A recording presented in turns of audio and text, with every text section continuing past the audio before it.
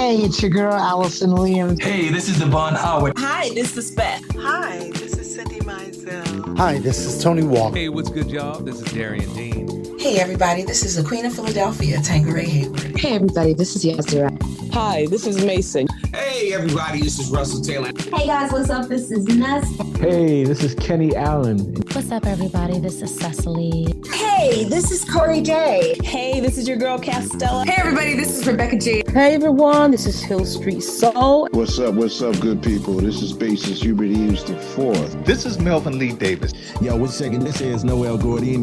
Hey, this is your girl, Lady Alma, and you're listening to my friend Troy Sanders on the Bass Entertainment Podcast.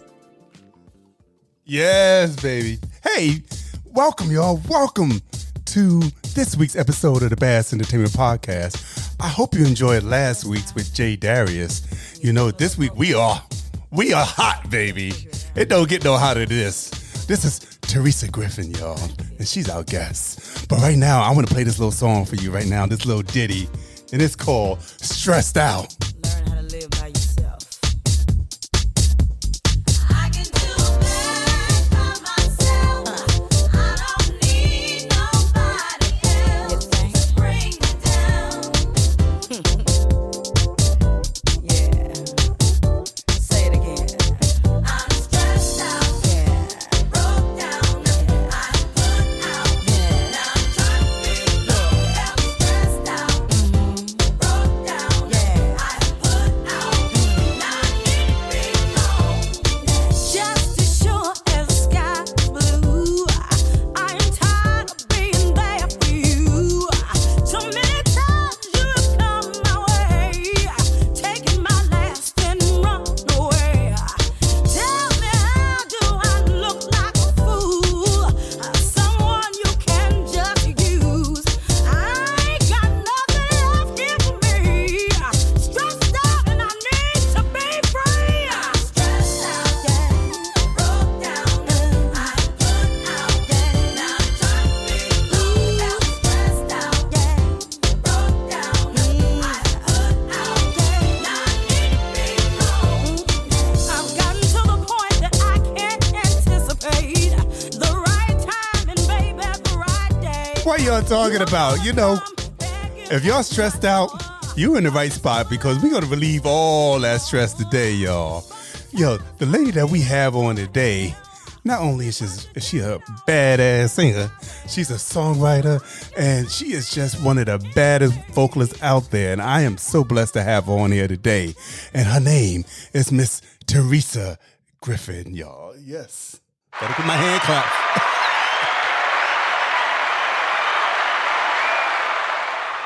Hey, how you doing today, girl?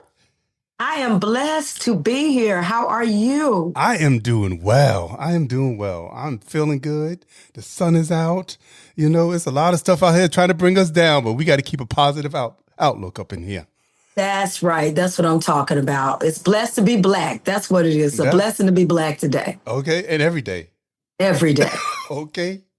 I am so glad I'm black. I wouldn't want to be anything else. That's what I'm talking about, baby. We rise to the top every time because we are the cream, baby. I don't know why people keep thinking the cream is white. The cream is black, baby, and we rise to the top, okay? Tell you them. ever seen that chocolate on the top? Yes. You know what? I love your energy.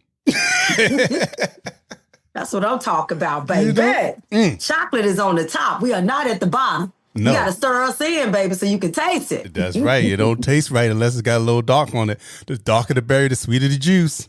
Yes, it is sweet and juicy. Don't y'all get stressed out. It's going to be okay, okay? Okay, tell them. It is. It's a blessing right now because now we get to rise in a different way. We get to show who we are in a different way, but we aren't as bothered as we used to be.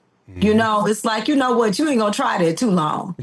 Right. I dare you. Don't try it too long, okay? You can play if you want to. Don't try it too long. Because we are here and we paying attention. Okay.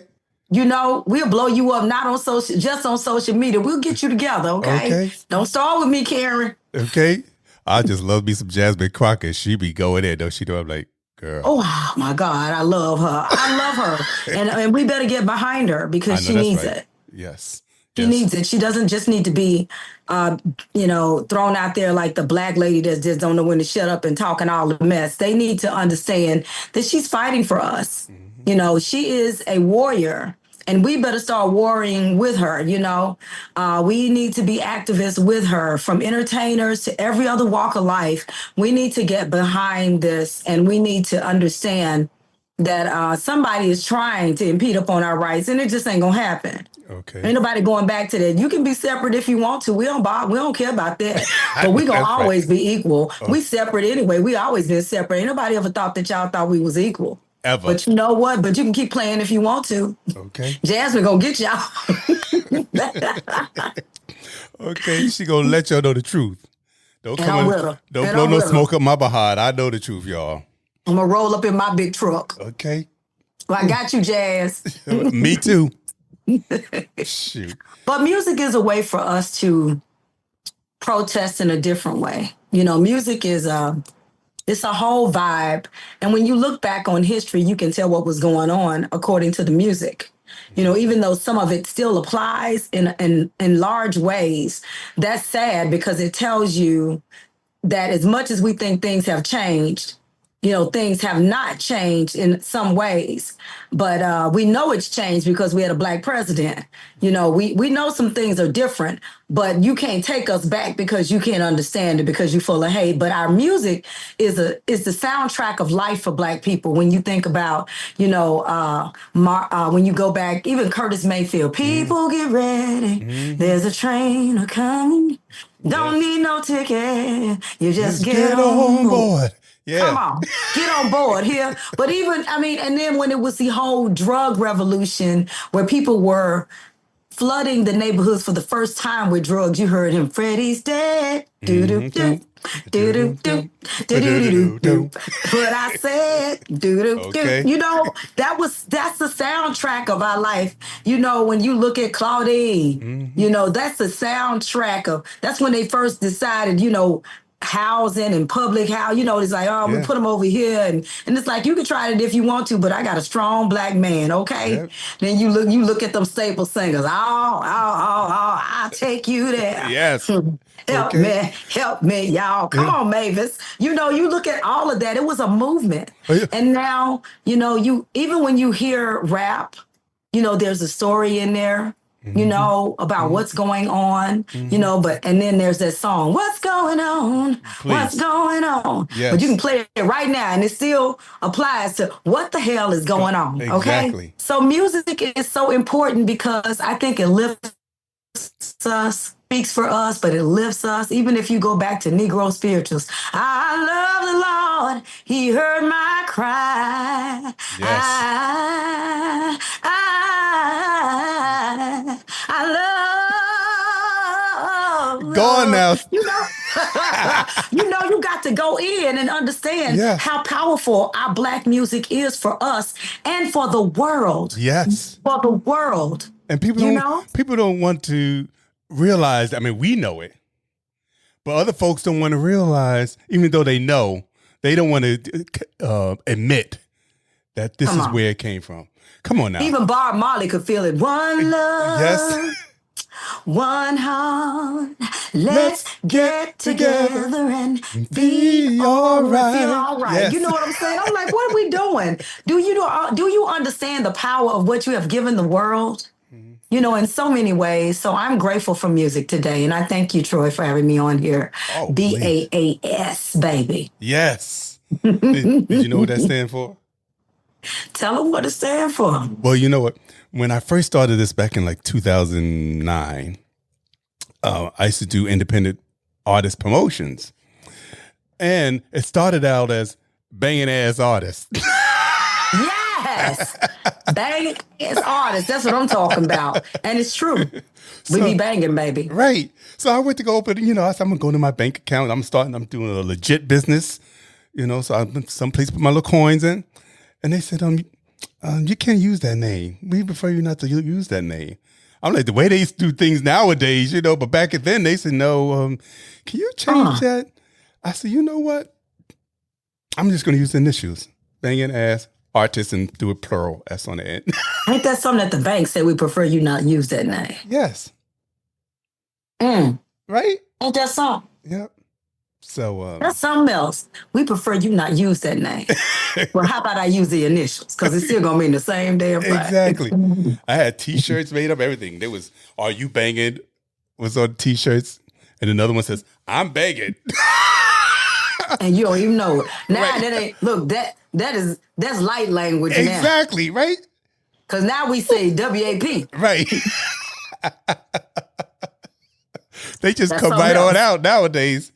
That's something else now, baby. That's something else. Right? That's something else. So I was speaking to somebody recently. I said, I should come on out with the vintage T-shirts. Come back out with the banging ass artist T-shirts. You should. You should. Nobody be offended these days. Right. You ain't saying nothing now. Right. You good. You good now. You good. But let's go back a little bit. Now, you from Louisiana. All day long. I'm a Louisiana woman. All right now. That means you can cook. Hey now. Hey now. Hey now. Baby, put me up in the kitchen, okay? Okay. Because I can hook it up. I know how to keep that. I will keep my husband at home here. I know how to go to the kitchen, baby. Okay. Oh, man. So how you wind up in Chicago? I threw a coin up on a map. Believe it or not, I threw a coin up on a map. It fell on Illinois. I wanted to know if this was where I really needed to be. Somebody had even told me to go to Illinois. And I was like, I don't know about that. It's cold up there. And then I threw the coin up on the map and it hit on Illinois. Literally, the coin covered Chicago. And I hopped in my car and I came to Chicago. And it has been a huge blessing. You follow your destiny. Well, you definitely leaped out on faith because I heard you didn't even have a place to stay. No, I didn't. I thought I did. I thought I could live with some of my mother's brothers, but that didn't work out. People are incongruent with your life. They come down there and stay at our house, but when nobody want nobody to stay at their house without charging. And it was just I have one uncle who's sweet as pie that's here, and we're very tight. But I had another uncle that I actually thought I could stay with, and he was just disrespectful. God rest his soul. But he was disrespectful, and my dad never disrespected us and talked to us out of our name. And so I said, no, that ain't gonna work for me. So I got in my car, went in front of Farrakhan house, and they was like, you know what? You can pull around the corner. Now, you can't just sit in front of the house. But they gave me a blanket, and I was there for about 3 months until I found a place. Well, but you know what? You was well protected, and they were looking out for you. Come on, Jesus. Okay. Jesus know where to put you at every time. Okay, every time God will take care of you, and all praise to Allah, baby. Yes. Okay. Assalamu alaikum. Okay. You said, wait a second. I know I'm gonna be safe in front of this house. Ain't nothing going down here. Nothing here. Nothing. They got to get up in that house first. Okay. So, and I was I remember because I had a Kia Sportage. It was like one of the first Kias before they started stealing them way back in the day. And I put my quilt over me in the back. And I'm a small woman, People think until they see me, they be like, well, you're little, you're tiny. So maybe my voice makes me look taller or bigger on stage. But definitely when they see me in person, they're like, oh my God, you're tiny. I could ball up in the back of that and put my blanket over me and my clothes around me, and nobody even knew I was in the car. Hey, everybody, this is Yazira, and you're listening to Troy Saunders on the Bass Entertainment Podcast. But it's true. You see all these artists, like, you look at Shaka. She no bigger than a minute. Stephanie, all of them. Tiny. They tiny. Tiny. He's singing. Right. He's singing. But they about big as a minute. Lady Alma. Okay. Tiny. We the same height. Okay? Okay. She might be a drop taller than me, but I doubt it. Okay. But voice is bigger than anything their bodies ever did. Okay, I don't even know how to get those voices out of those bodies. You too. Thankful to the Lord. Okay. Thankful to the Lord. All of my sisters, they sing, and all of us look like stair steps. We went up a little bit, but not much. So I'm definitely grateful to have been brought up in a loving, God-fearing environment. My dad was a preacher. All of my sisters sang, so I learned how to sing harmony early on. Classically trained, went to college, Northeastern Louisiana University on a vocal scholarship, met a most amazing opera singer who was my voice teacher, Louis Neighbors. All the prep work prior to that really put me in a good place with him. God rest his soul. He actually died on tour singing opera in Italy. And so I've had such a rich life. Came to Chicago, started singing with Jerry Iceman Butler, who just passed because, he wrote Philly Sound and with all of the Philly Sound people, worked with Curtis Mayfield. He was the first ones, teaching artists about publishing. Donny Hathaway came out of that camp, LTD, Jeffrey Osborne. A lot of people, came up under that tutelage of he and Curtis Mayfield. And so it was great to get here and get a gig that was, he didn't work every week, but he worked quite a bit, and I was shocked. And he was a Cook County commissioner. So from there, I met Bernie Mac, who was, an amazing, because people don't realize Bernie had a band. And Bernie's band had the baddest horn section because part of them worked with the Ohio Players.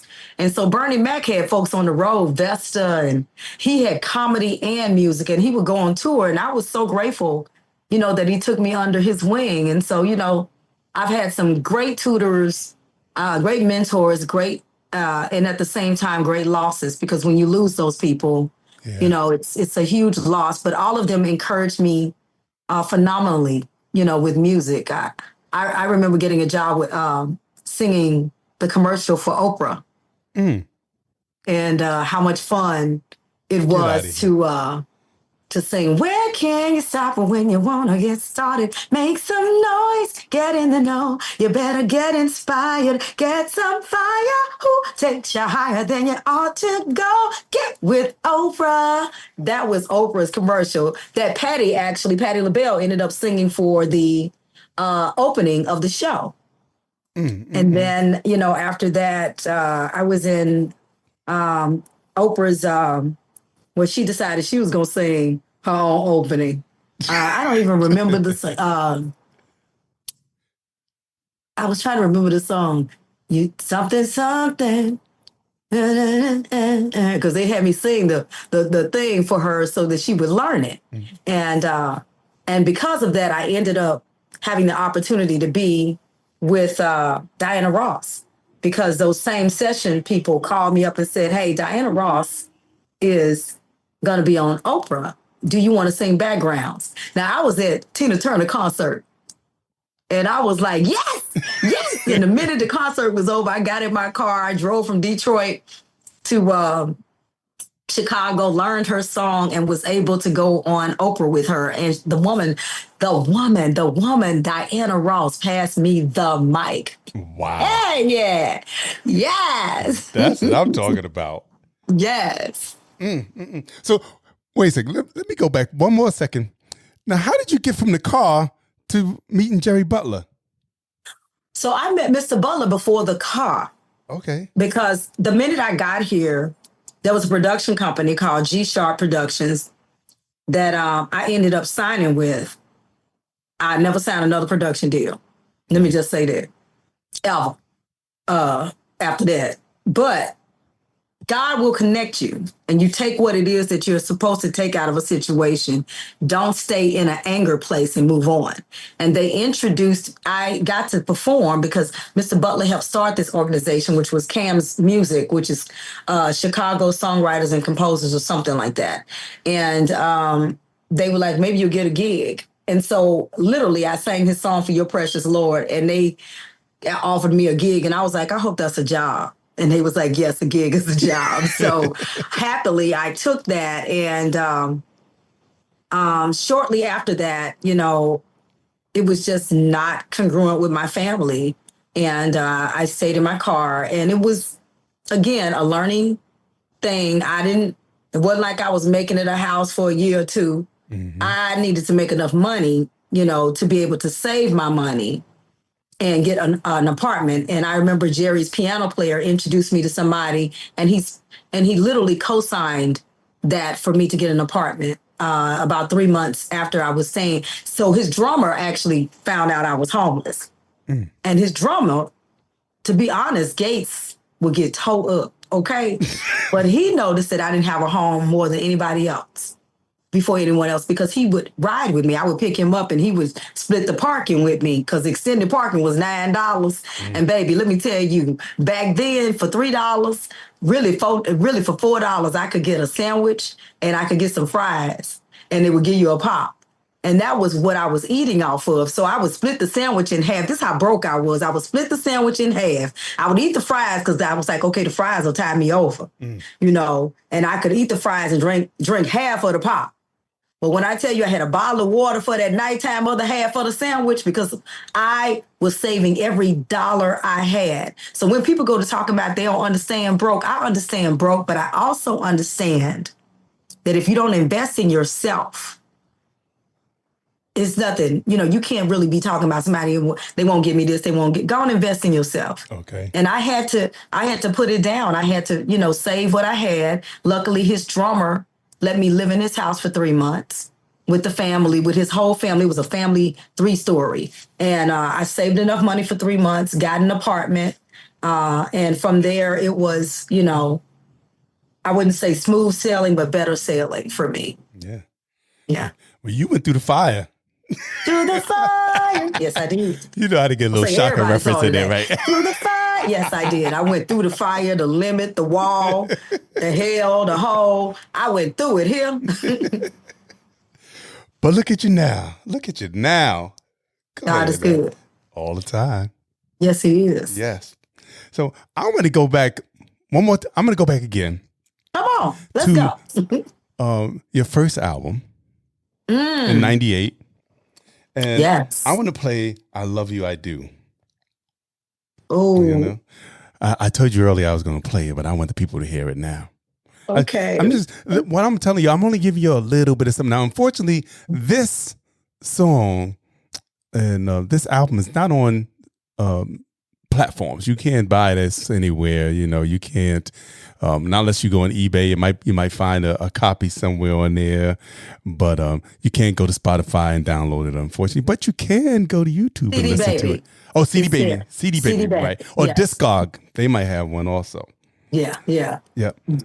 But if you can't wait for that, you're just going over to YouTube because YouTube has it on there now. So check this out, y'all. I love this song. Mama singing. Well, she sings everything.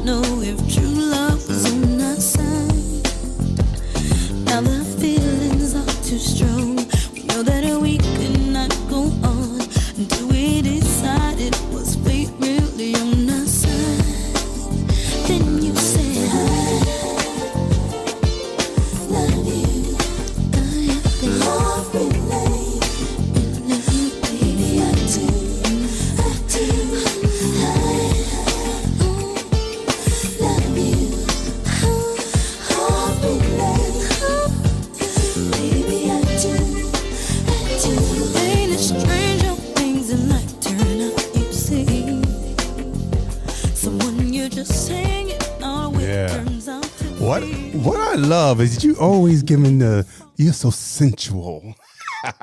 You're always so sensual, you know. You embody the sexiness. Wow. And you know what's interesting? I think whenever they tried to shop me to labels, the hard part was that for them to to see a thick Black woman as sexy. Now it's not as hard. But to see a thick Black woman, and I'm unapologetically thick. So I'm not fat, I'm thick. And what do you do with a voluptuous Black woman with, butt and tits, and she's not afraid of her sexuality? They always try to strip that from us. And how can you strip something from me that's just a part of me? And it took me a long time to even understand that was a natural part of me that I couldn't erase, because they want me to be a certain way. And I'm like, I don't know how to be that, because this is just what I am. And I don't see it as sexy, but it is what I am. And if that's what you see, then embrace it and don't be afraid of it, because there are a lot of me out there. Thick women. My mother was a thick woman. My mother weighed like 200 and something pounds. I saw her in high heels with her girdle on, walking across the church, and my dad watching her walk. I grew up embracing my thickness. So I am trying to understand, once I got to Chicago, what is wrong with my thickness? Why y'all keep trying to get me to lose weight? Why y'all want me to look like a bobblehead? And I was hungry all the time, so that was going to be a problem anyway, because I was cooking. But I did jog, and, I stayed in shape, but they had an issue with the fact that they said you over-sexualize some things. And I'm like, I'm really not over-sexualizing it. This is just who I am. I invite you to get on board. And thank God they finally had no choice. Exactly. Thank God. Exactly. Well, you think about Vesta. You mentioned Vesta earlier. She was a thick girl. She was, taking care of her sexiness and giving it to you. And you're like, what? Yes, and I'm wearing this. And you notice you never would really, they didn't ever put that out. They always just wanted to say she was a great singer, but she was a sexy, gorgeous, thick woman that they just tried to hide and ride her about her weight. And the truth of the matter is, she lost weight and she was still sexy, but what was wrong with her sexiness prior? Exactly. To that, why do you have to ride her down?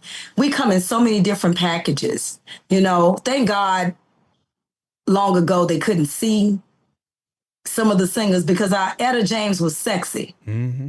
And when she, sang that at last, that, what are you going to do if there was never an Etta James? Okay. What would you do if there was never, a Dinah Washington?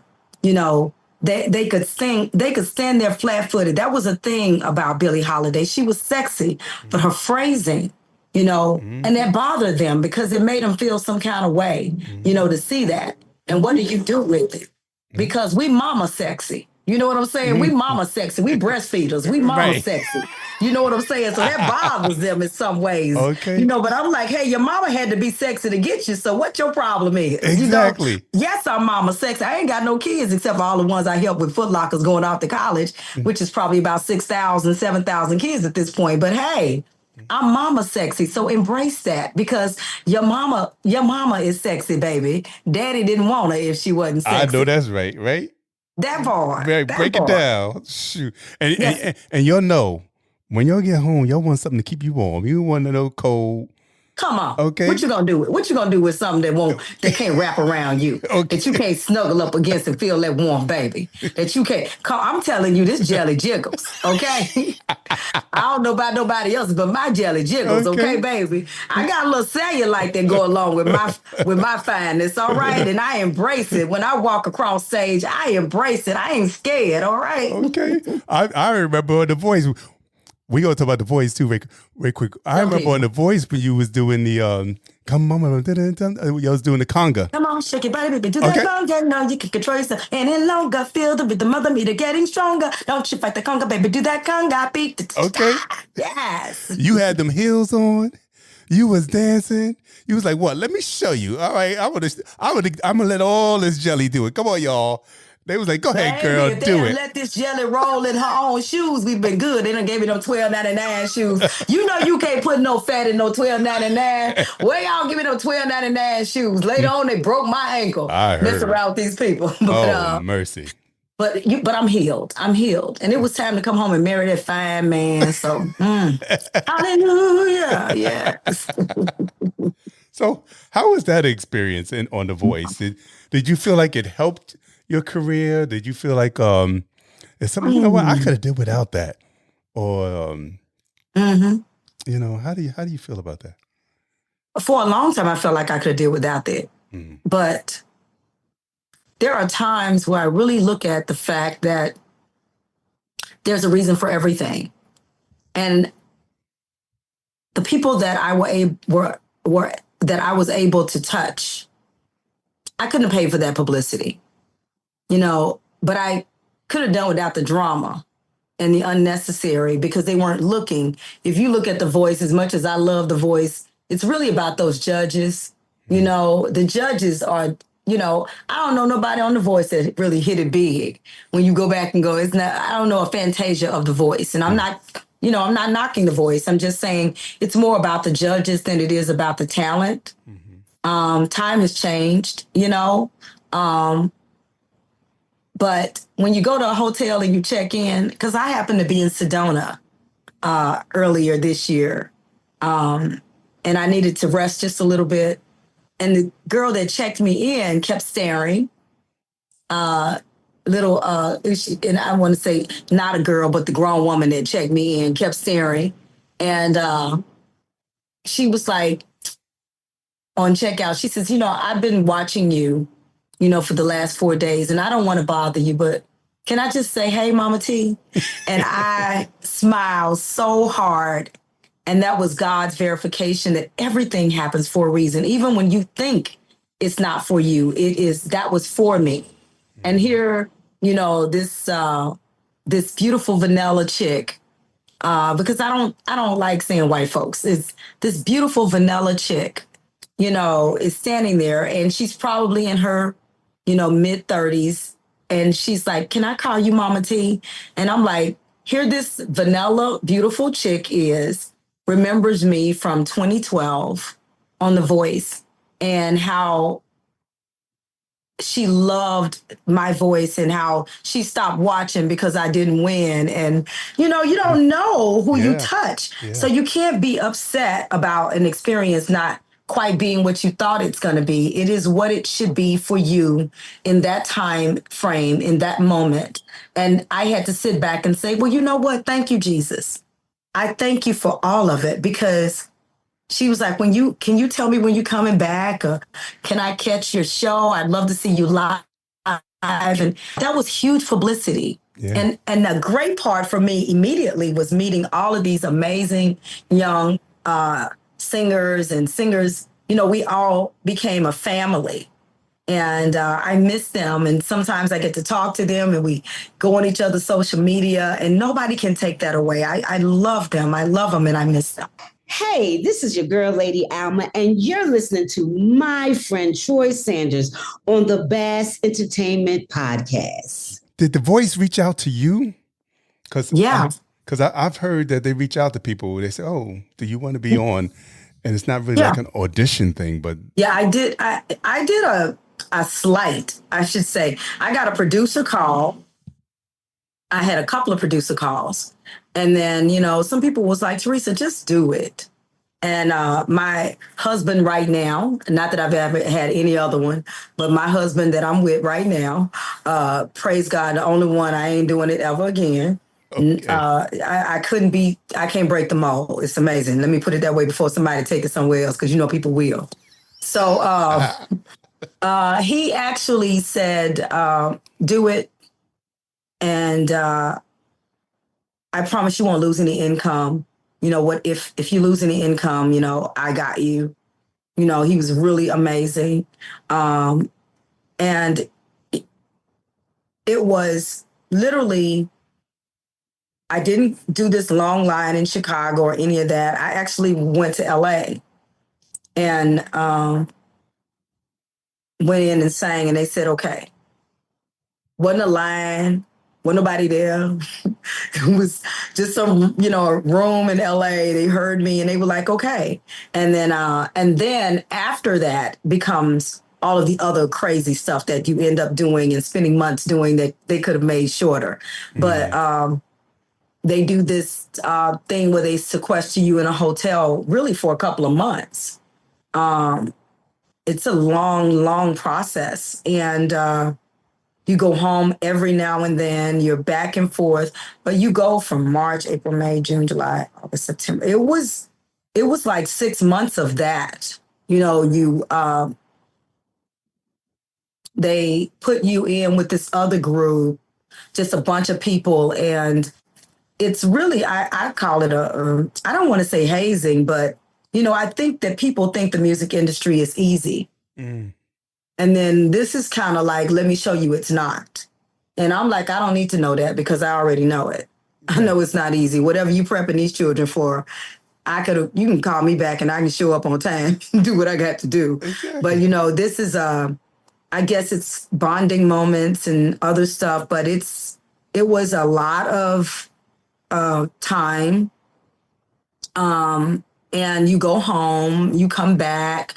It was just a lot. And then when it's time for the chair turning thing where you do the first thing, your family comes out there and then they put you in a different hotel from your family. You don't even see them. And so you're like, well, what my family out here and I can't see them. I already haven't been seeing them. And so now I can't see them. And it was just really a weird thing that they're doing for whatever reason. I never did understand it, but it's their process, not mine. And after that, to say that I started in March and it was October really before I even left, before it was over for me, I was glad to come home. Now, some people are like, oh, I hate that you came home, but not me. I was getting married a month later.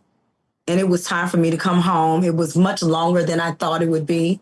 And, for grown folks, we don't be wasting no time like that now. Right. I'm like, look, y'all can tell me what time to be back. I don't need to be here every day. Right. Y'all talking about what clothes I'm going to wear. Y'all don't want me to wear what I want to wear. It's like, look, y'all got my titties in a noose.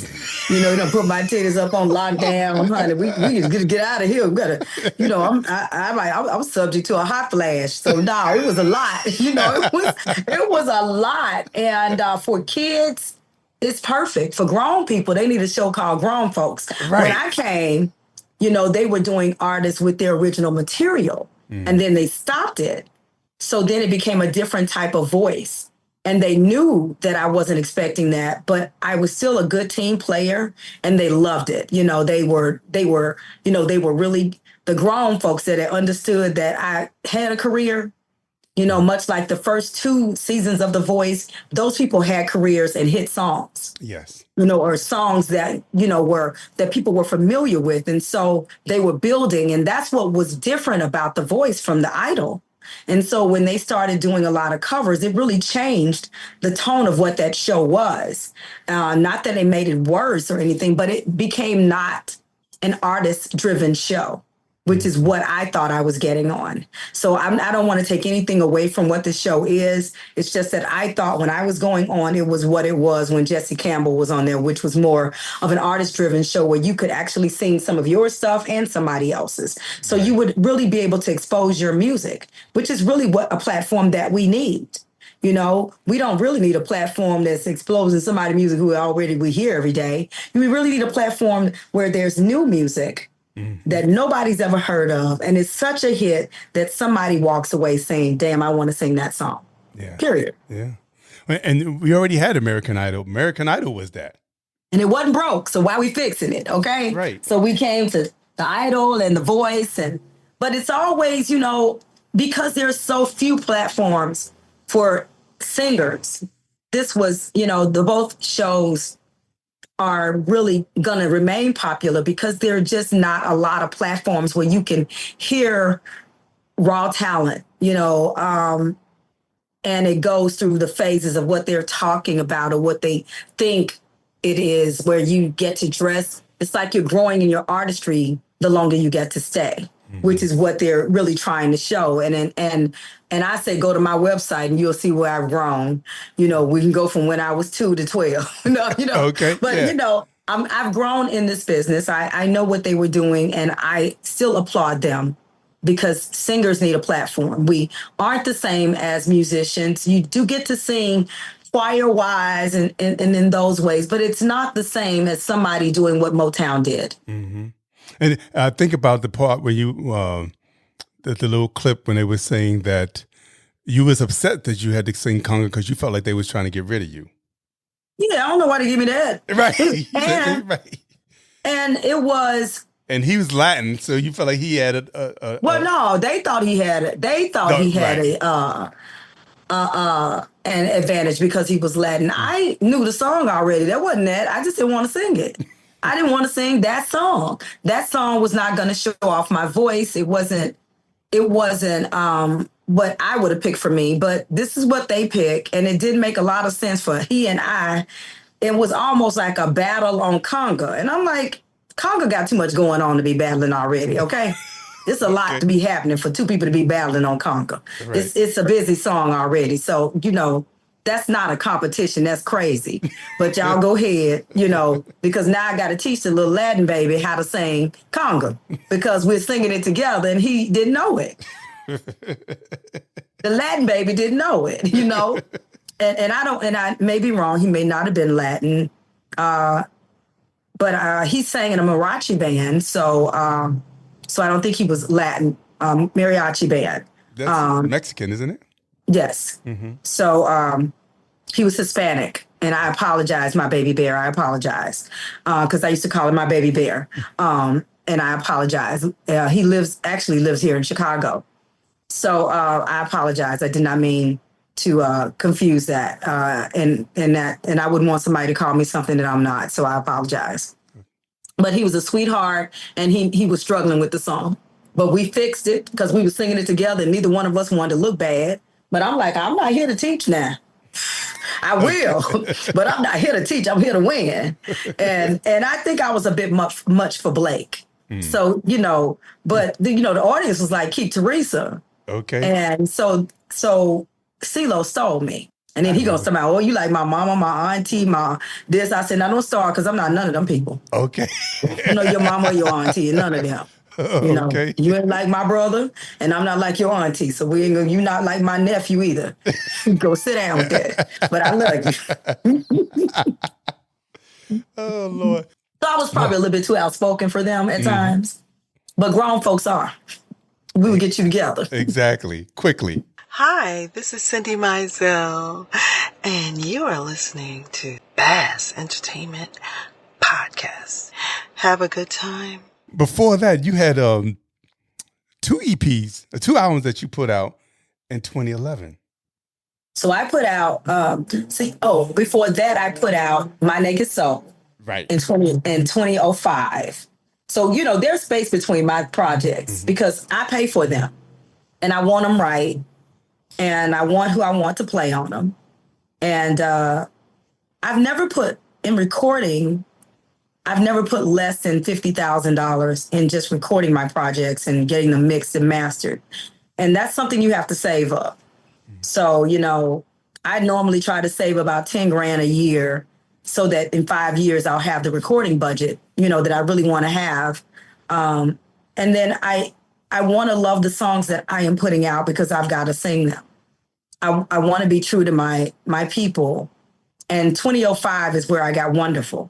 And I did, there's an R&B version that hit really well down South, Midwest, and then the house version went everywhere, so Terry Hunter, I Love You, what we did, remixing, I love you. Your talent as a producer and a remixer is so, dope. And if I've never, ever said it, thank you, Terry Hunter, for hearing me and letting me, even when he's like, T, are you going to re-sing your vocals? Because I said, no, I want to re-sing it.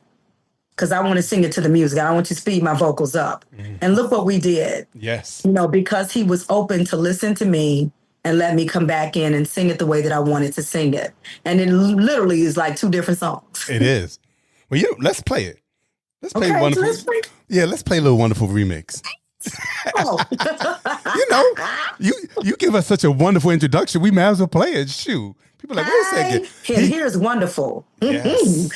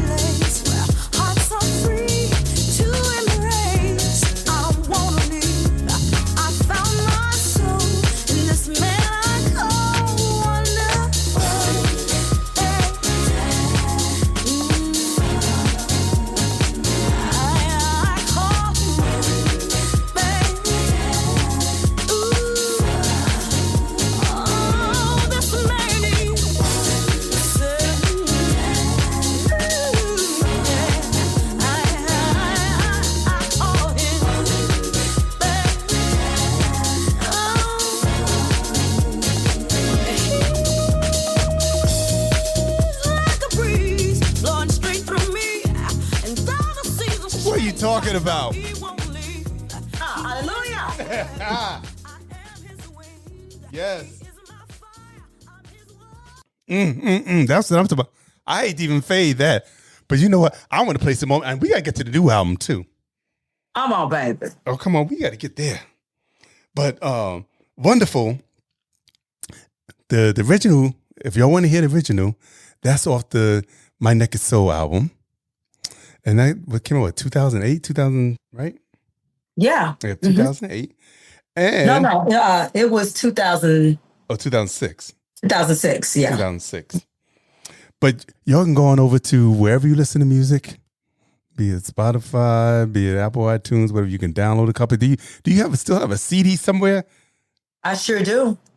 They can go on my website and get the CD. Oh, shoot. All right. No, never mind. Later for the downloading crap. Go on over to the website and get the CD, y'all. You got all these. Here's the thing, which I love.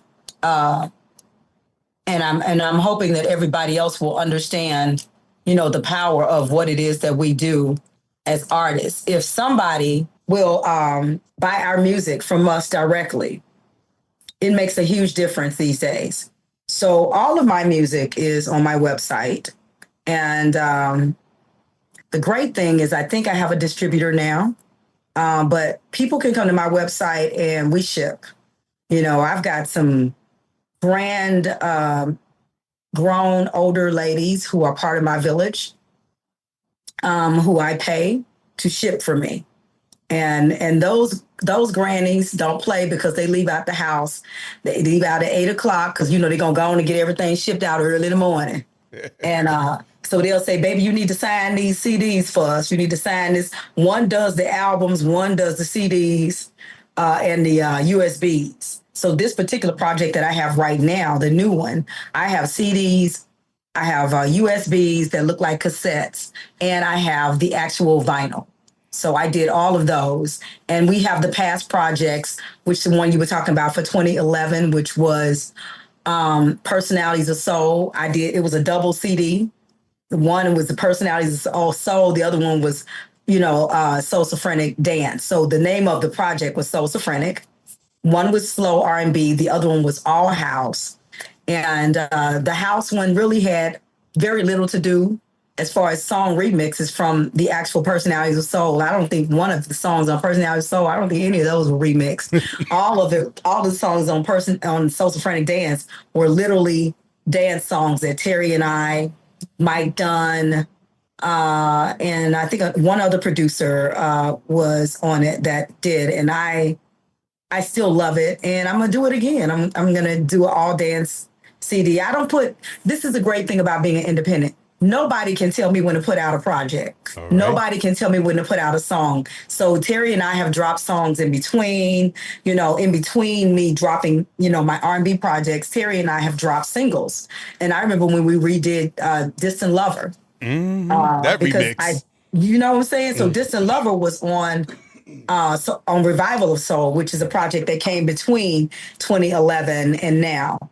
Revival of Soul was it was great because it was on Billboard as well. The version that we did of Distant Lover, that did so well. And I still want to thank Derek in Chicago over at V103 for being the first to play it.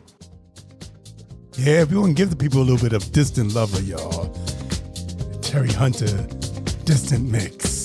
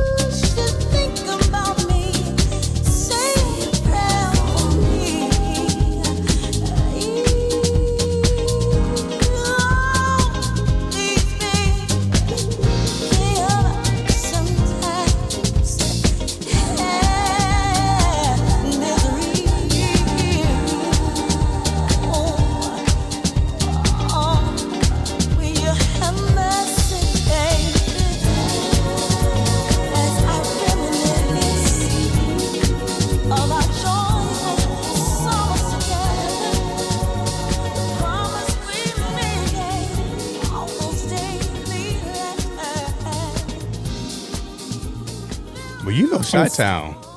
Yes. Okay, yes. They were going to support. I remember back in the day, what was it? I had a website called Shaka's House. And through the website, we was going to get Shaka Khan. We're going to start the process to get Shaka Khan to star on the Hollywood Walk of Fame. I called Chicago up.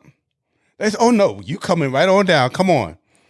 They had me on the radio station. See how they are? Okay. Support it.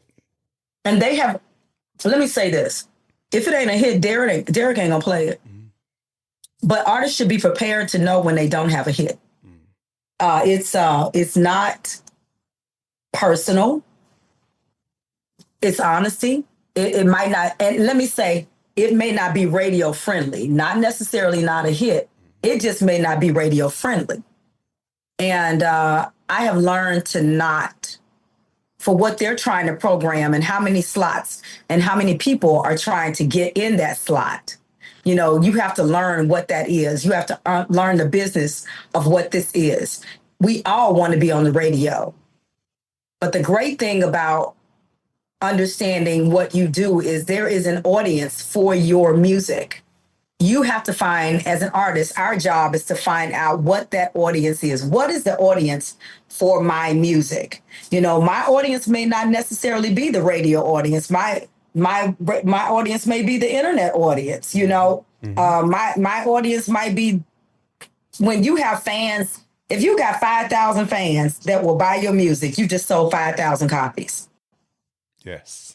You multiply $20 times 5,000 copies that you get back and start looking at the reality of what it is that you're doing. And then as you tour, you sell more copies. But if you've got 5,000 people on your list, if they did one download, if they came to your site and they did one download for $2, you've got $10,000. Yeah. That's what I've been telling every artist that come on there. I say, yo, later for that, if you don't have no hard copies, get yourself some hard copies. I know it costs a little money, but you're going to get more money back out of it than a stream. The stream ain't paying nothing. So when you say you got paying, and I look at my streams, and people buying as like CD Baby, when I compare what I made back with the first project that I put on there, Songbird, then My Naked Soul, how much money I really made going through them. The problem for us in this business is that technology got ahead of the business. Hey, what's good, y'all? This is Darian Dean, and you are listening to the Bass Entertainment Podcast. Technology got ahead of the business, and it destroyed record labels. It destroyed a lot of things. Not to say that record labels hadn't destroyed themselves in the process just by being wrong with artists. Right. But it really destroyed a lot of things. Because now that hard product, people, when you take CDs out of the cars, people not playing CDs in their car no more. Right. And that's crazy because guess what? I got a lot of CDs. You took them out the car. Mm-hmm. You not only, I have a lot of CDs that I bought from other artists. Uh-huh. And I had a CD book where I go through it and say, this is who I want to listen to on my ride.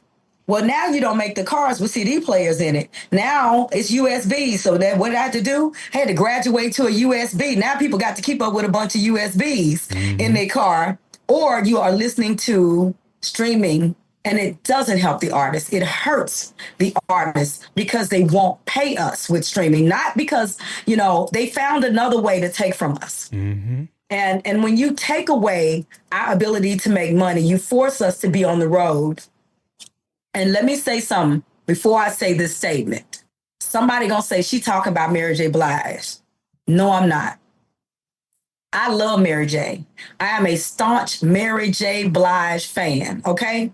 But you forcing her to be on the road all the time because streaming is not paying her. It's not paying her like that, okay? When Snoop Dogg said, and I'm mad at him over the Trump stuff, but ain't no telling what bill he had to pay, so I'm getting out of his pocket. Sometimes we up against the thing and we need to, we got to figure out how we're going to figure out.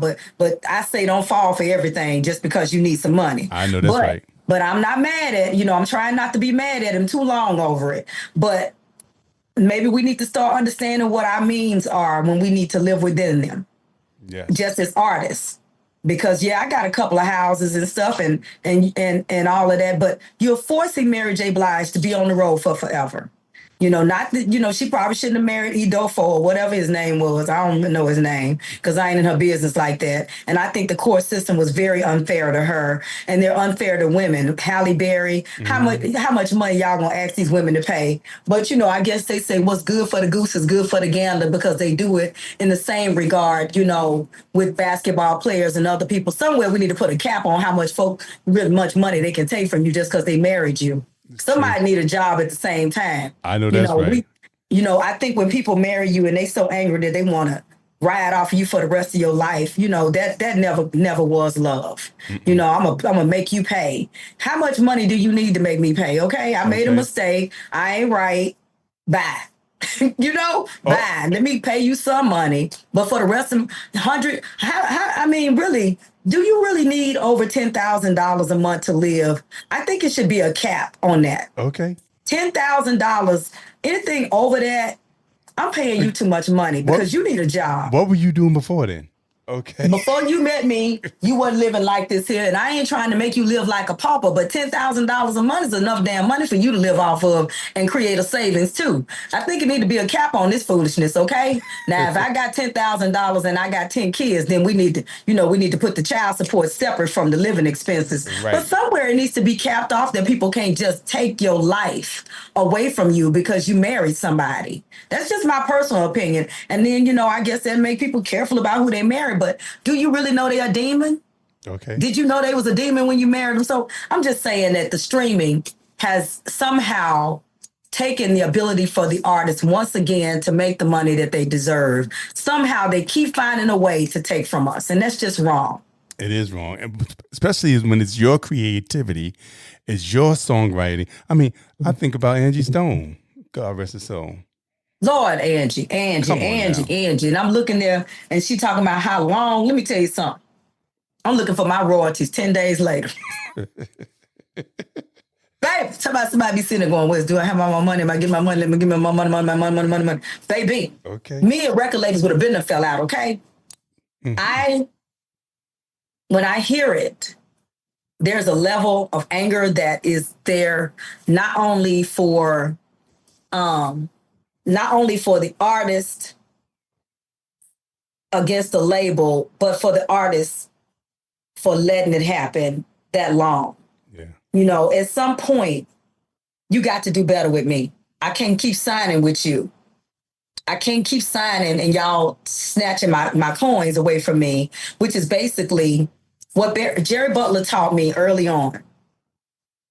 Because Ramsey Lewis, I had won a contest called Ivory Pyramid, and it was supposed to be a record deal, and it ended up being a production deal, and I wouldn't sign it because they advertised it as a record deal, and it wasn't, the radio station's fault. It wasn't a record deal. It was a production deal, and they wanted 50% of my writers. And Jerry Butler said, "You can't sign that." Mm-mm.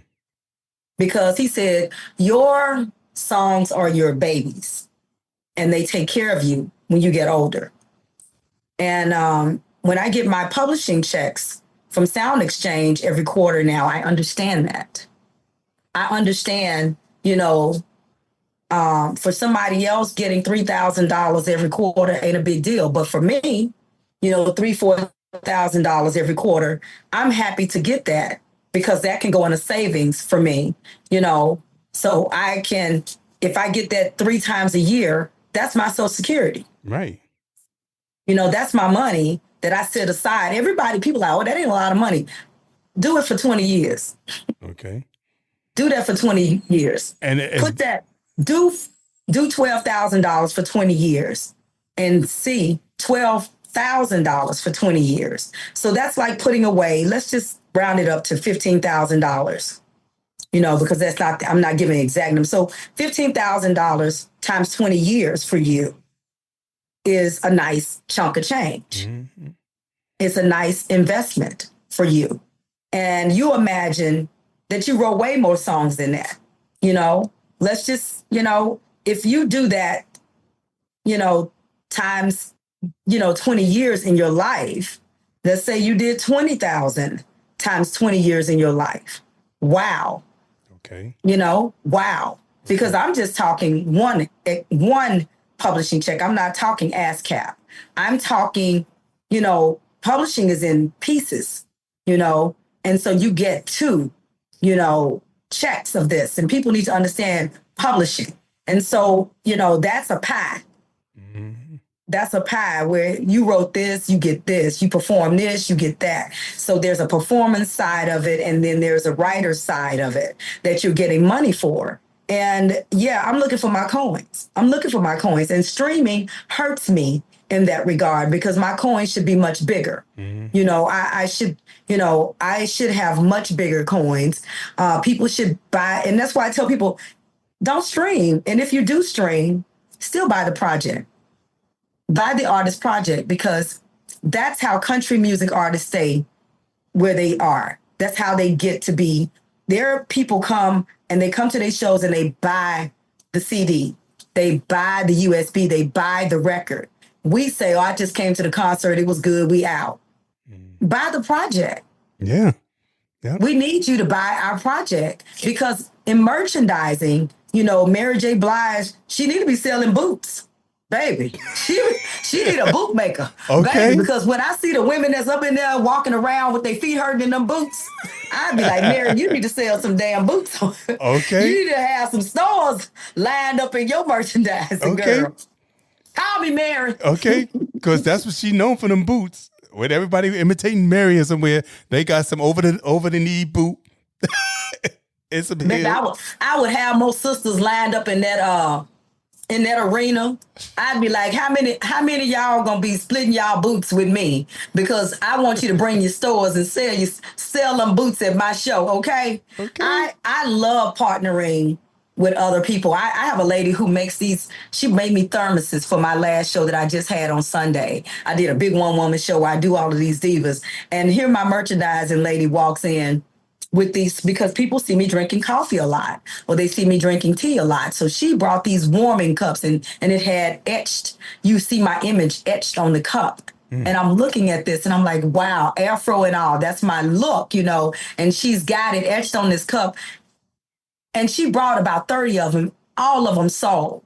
And I'm like, dang, we should probably got more of them there. Thermoses, you know, because that's what people know you for. So you also have to be cognizant about your merchandising as an artist, because people may not buy the CD, but maybe they'll buy that cup. Maybe they'll buy that wig, Vivica Fox. Maybe they'll buy that wig. You know, you have to be cognizant of your worth. Yes. And we all have worth. So hold on to that. Yes. We're going to straighten out these streaming folks, y'all. I know that's right. So that's why I corrected myself. When you said you had the product, I'm like, later for that streaming. Go on over there and buy. Come on, purchase it. Yo, wait a second. This is Noel Gordine, and you're listening to my man, Troy Saunders, on the Bass Entertainment Podcast, baby. Okay. And thank you for having me on here. I don't know if I said it, but thank you. Oh, please. My pleasure. I've been waiting for this. So we're going to get to the new album. Okay. I think this is one of your best projects. I think you put your soul up in this one. I'm going to have to agree with you. And you know why? Why? Because I was crying about the fact that I was so in love with this project, but life kept lifing. My husband's daughter got married and we dropped the project, and it was her wedding. It was, you know, and then someone really close to me got so ill, but we put the project out, and underneath it all was the first thing that started playing on internet radio. And I was like, oh, they like the song. And I had the opportunity to open up for Gregory Porter, and people were loving underneath it all. And I was like, you know, I need to get my legs under this project. Do I need to give up? And then Terry Hunter was like, guess what? They're considering I wanted to be mine for a Grammy. And I was like, I guess it's not, you know, maybe I need to keep trying to push. So my husband sent a copy of When You're Around Me to Derek over at V103. And that was in November. And Derek was like, man, you know, we also sent Underneath It All because internet radio was playing. And he was like, I like the Simbata, you know, in Underneath It All. He said, but let me tell you, When You're Around Me, you know, we didn't send him the whole project. We just sent him, you know, those two songs because, you know, not to overwhelm people with radio and because they get so much stuff. But when he said, hey, you know, hey, so then my husband said, Terisa, we need to figure out how to market this, and we need to see if we can hire people for radio. And I was like, oh, I don't want to go through that. And how much money? We're going to be wasting money. And what if it doesn't, you know? And he said, you sat there and told me that this is the best project you've ever done. And I believe you because I play it all the time. And he said, let's see what happens. You know what? Let's give the people a little bit of Underneath It All.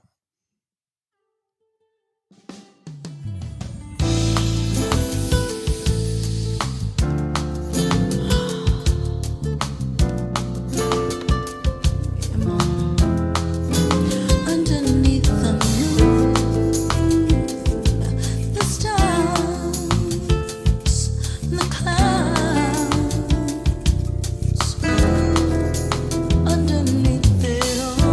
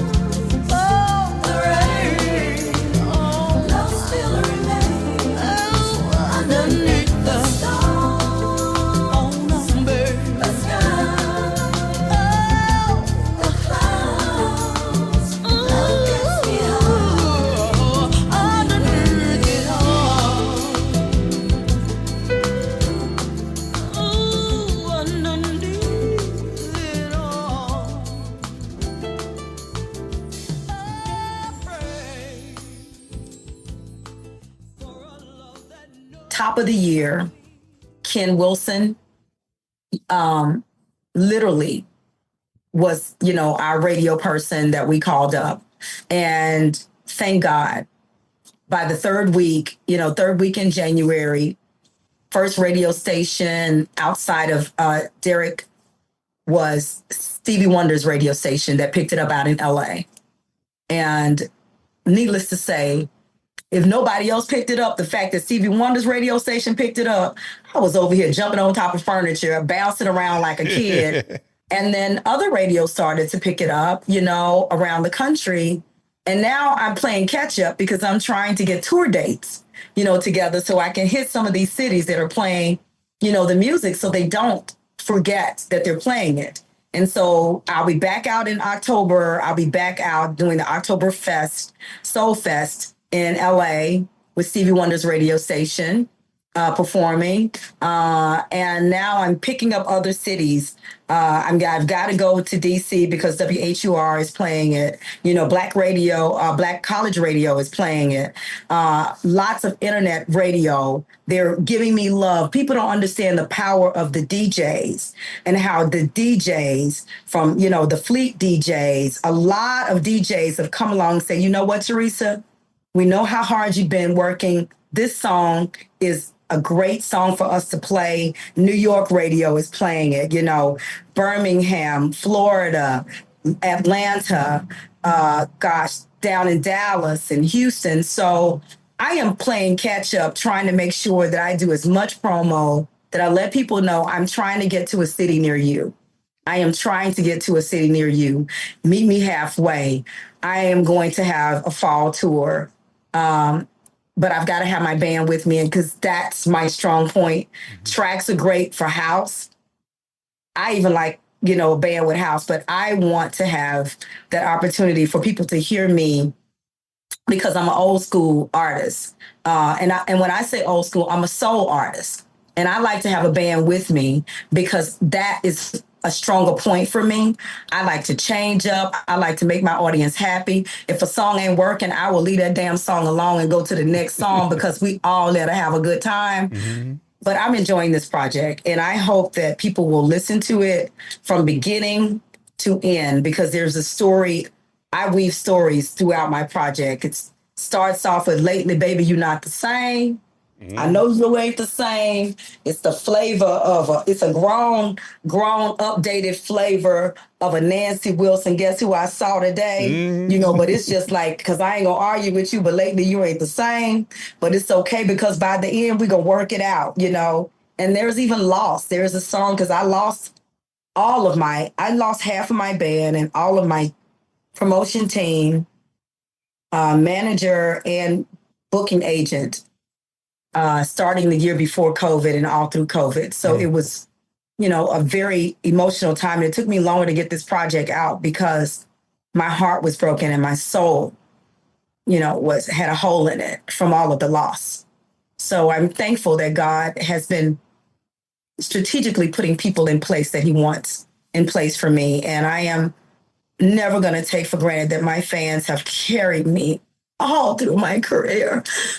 I'm so sorry. No, it's all right. I understand.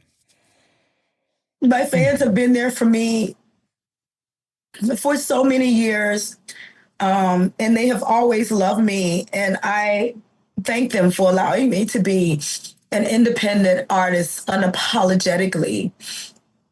And I'm grateful. I'm in a very grateful place. So they're not going to show up to my concert and not see a grateful person. We're going to all leave blessed. Yes. And I feel that even when I follow you on Instagram and on social media, you are always so giving and you always tell your fans and whoever's responding how you love them and how you appreciate them. And you always giving that love and that energy back.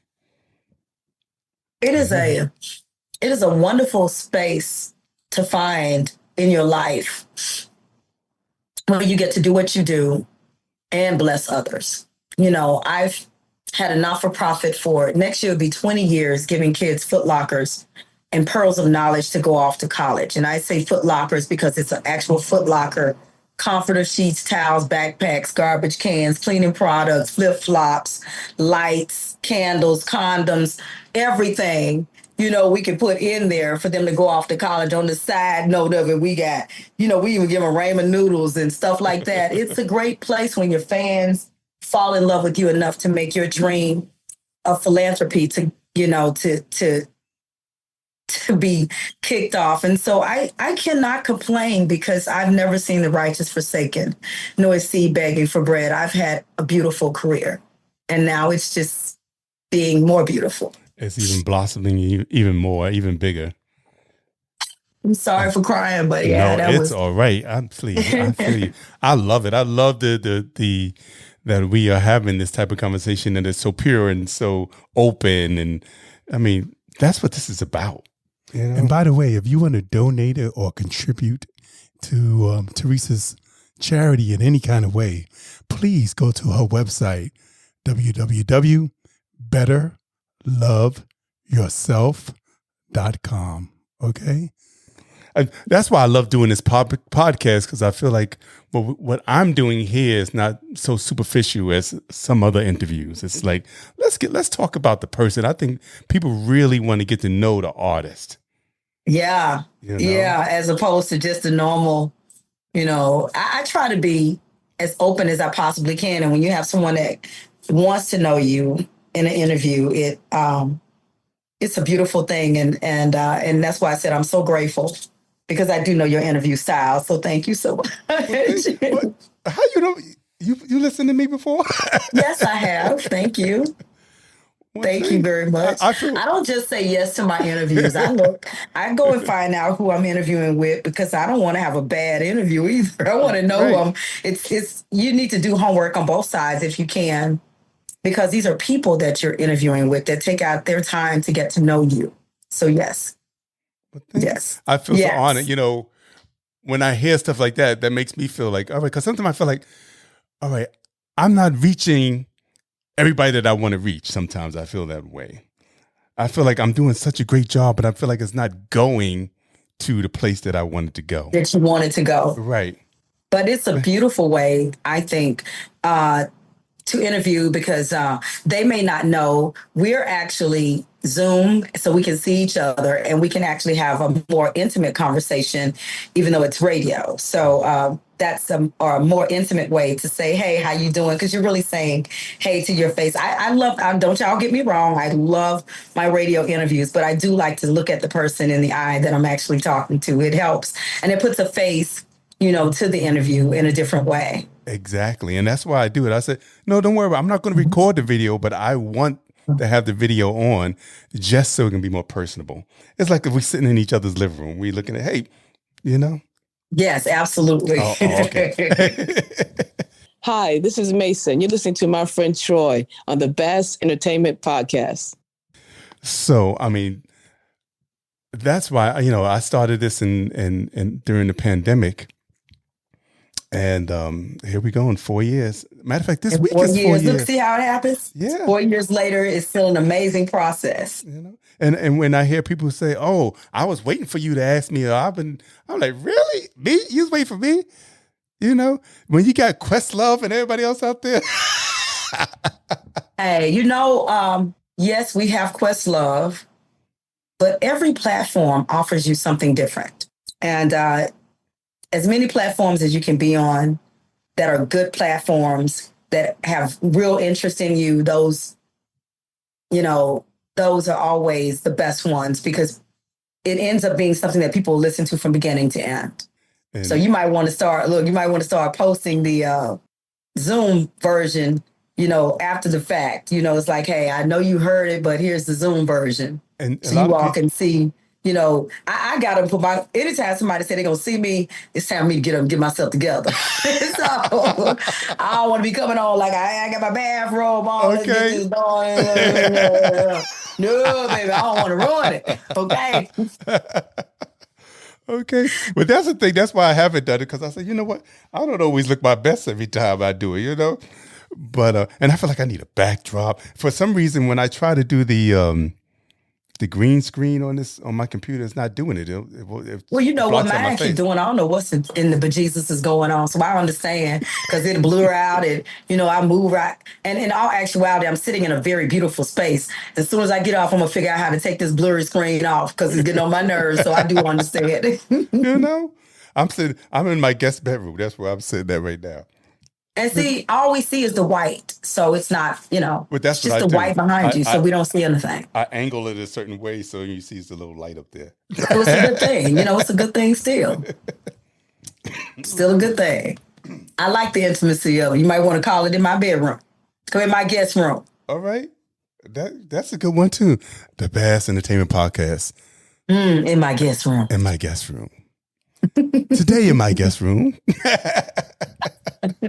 Okay. Maybe the next season we'll change it.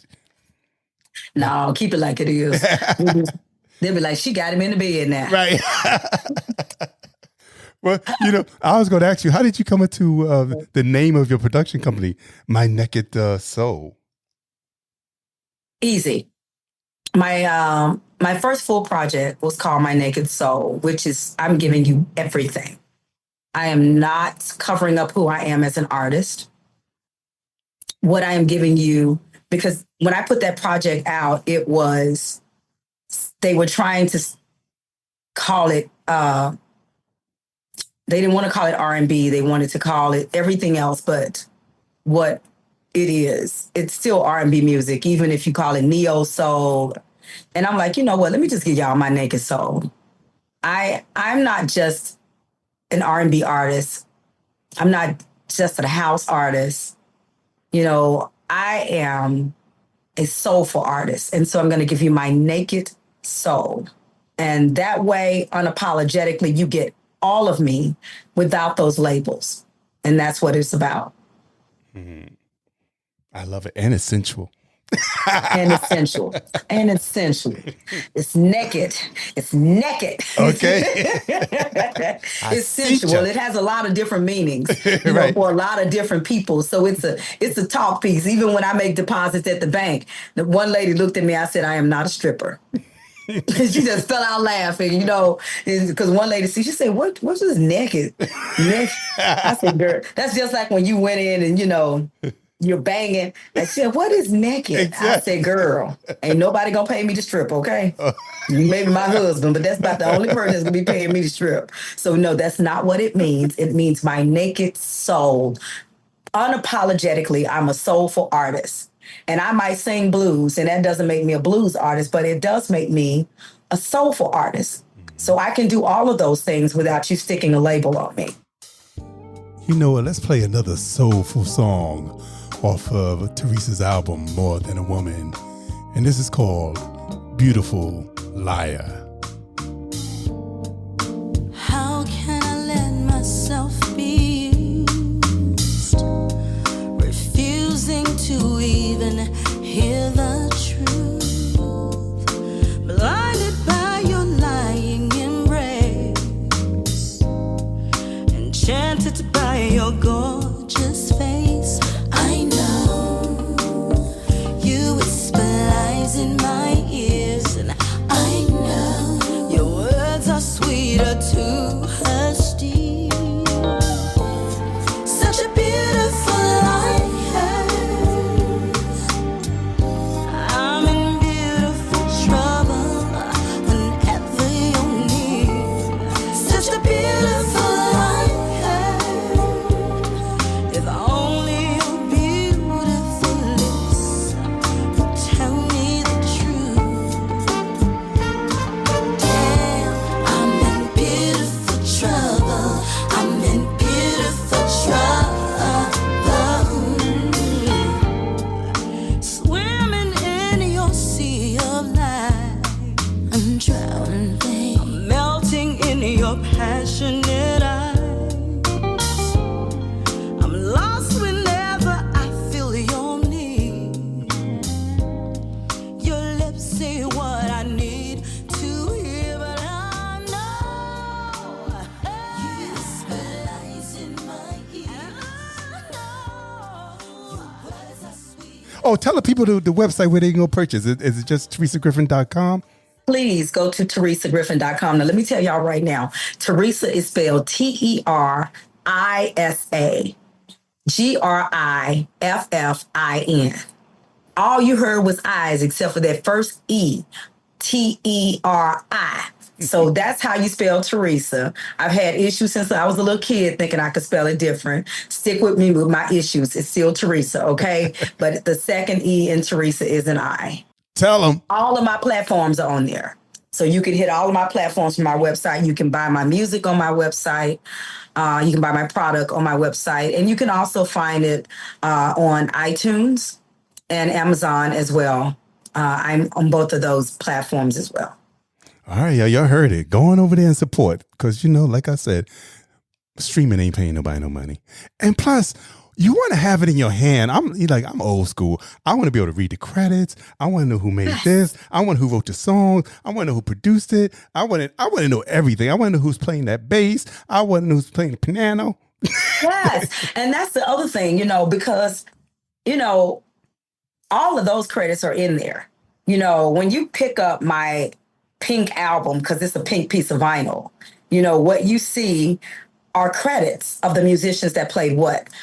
Co-written, the co-writer on this song, because I sent him all the backgrounds on the song first, When You're Around Me. Mike Logan Sr., he works with Shania Twain, he works with Will Downing, and I sent it to someone who would understand what it is that I was doing with the song. And I was like, this is what I'm hearing. What can we do? And I sent all the backgrounds done. And he was like, you crazy. I love this. And that's how the song actually got written, because I was already singing, I fall in love, you're around me, you're around me. And I did all the different parts that went with it. I fall in love. And I put all of those on there and recorded. His son was actually my engineer. And I said, send it to your daddy. Because his son, has played drums with me for years. When he first started playing, I remember when he used to hug me, and he was a little baby. When he hugged me, he was at my tummy, because I'm short. Then when he got too old, he would have to bend over to lay his head on my titties. I said, you too old now. You too old. I know them pillows is nice, but you done got too old to be laying up on them, okay? Okay. And so that's how long I call him Similac, because I've known him since he was a baby. So they did it, and I sat down, and easiest song to write with when you're writing with a great, writer who understands people like Anita Baker and a Shania Twain and a Will Downing. That's the person you want to write with, because musically it's going to be what you need. And then I went in and I called up the right bass player, to play on it. Called up, Ron, who plays with Barry Manilow to do the strings. I called up musicians who I knew, could play this type of song. And I think Varro played on the drums. He actually works with Layla Hathaway.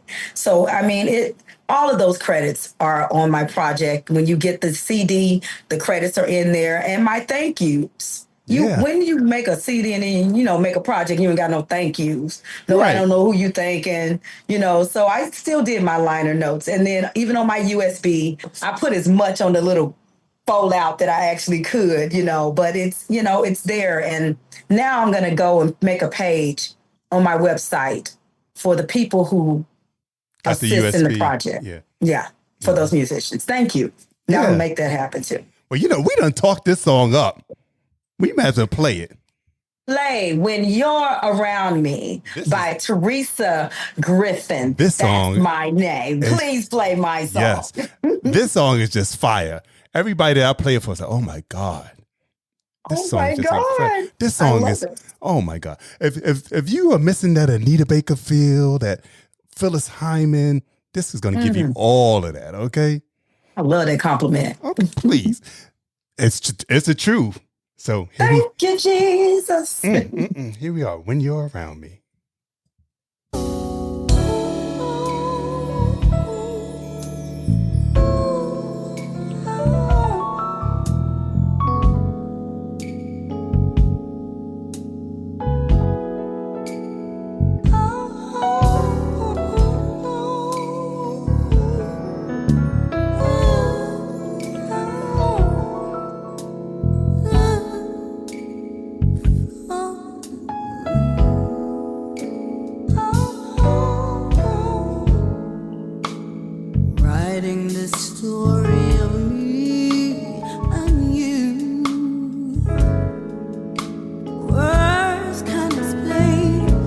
what's really the truth. I am you and you me. Picture perfect love, fantasy of falling in love. 'Cause I feel the love around me. I'm falling, I'm falling, I'm falling, falling, I'm falling, falling. 'Cause I feel the love, feel the love around me.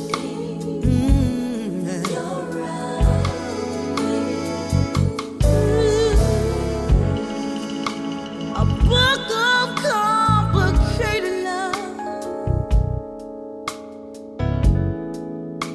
No one will ever be able to destroy the heaven that we built. I felt it with every fingertips. It's so beautiful, surrounded by joy. I'm falling in love every day that I feel. Ooh, I feel the love, babe. See, I'm falling, I'm falling, I'm falling, I'm falling, I'm falling, I'm falling, babe. Oh, I feel. Right now I feel the love. All around me. Ooh. Through the clouds, through the rain, beneath the stars, ooh, I feel no pain. There's no need to ever fear. It's real.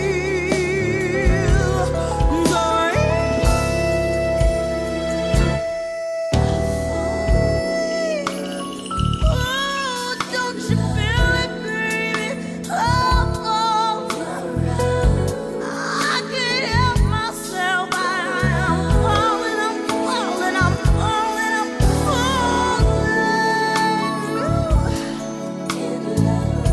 Will you have mercy on me, baby? I can't help myself. I'm falling, I'm falling, I'm falling, I'm falling, I'm falling, I'm falling, I'm falling in love, baby. Love, baby. Can't we write this song forever, baby? Make it a love that's like no other, baby. I feel the love all around me every time.